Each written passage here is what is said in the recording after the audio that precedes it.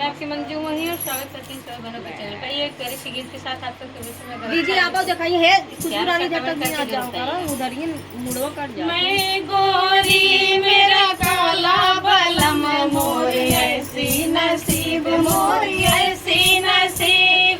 मैं गोरी मेरा काला बलम मोरी ऐसी नसीब मोरे ऐसी नसीब। बलमा के कहे जा मल के नहाइला बलमा के कहे जाके मल के नहाइला।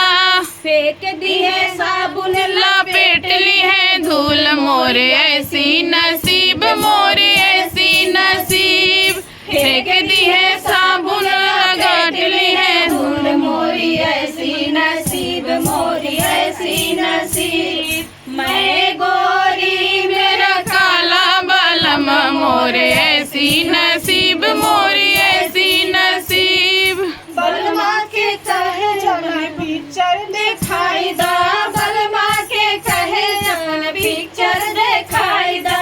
खोर दी है टीवी लपेट ली है रील मोरी ऐसी नसीब मोरी ऐसी नसीब। खोर दी है टीवी लपेट ली है रील मोरी ऐसी नसीब मोरी ऐसी नसीब।